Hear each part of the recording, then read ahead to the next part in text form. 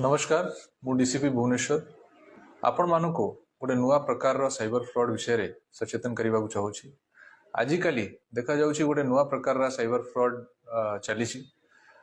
जड़े व्यक्ति को कॉल आसुची व्हाट्सएप रे किंबा अन्य इंटरनेट या नॉर्मल रे ताकू कहा जाउछि कि आपणकर गोटे पार्सल आसी जहाँ भितर कि ड्रग्स अच्छी किंबा एमती किसी इलीगल जिनस अच्छी या छड़ा ताकू कहा जाउछि कि आपन नारे गोटे वारंट आसी और आपन को अरेस्ट कर दिया जिवो आ ये सब कहिकी से लोक को डरा जाउछि तापरे कॉल को गोटे अन्य व्यक्ति पाखरे ट्रांसफर कर दिया जाउछि जे कि तार परिचय पुलिस अधिकारी हिसाब रे दउछि आ से यूनिफॉर्म रे देखा जाउछि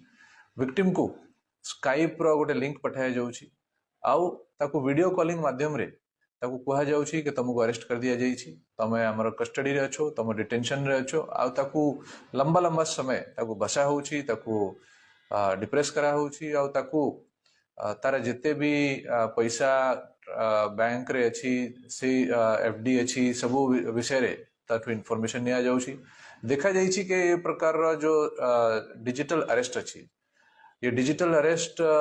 बेले बेले 2-3 दिन पर्यंत भी